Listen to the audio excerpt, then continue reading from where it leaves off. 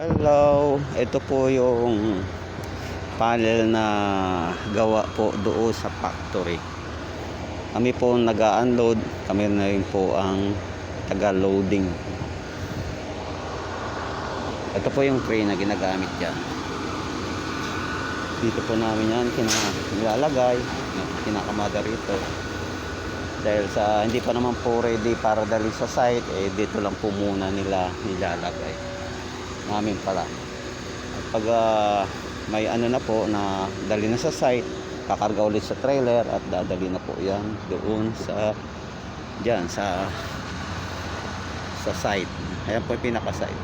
Hindi pa lang po yan ha, medyo malaki po yan, malawak po itong project ng company po namin. At medyo busy po sila sir. Yan po muna mga idol. Malapit din po pala kami sa airport. Pakita ko rin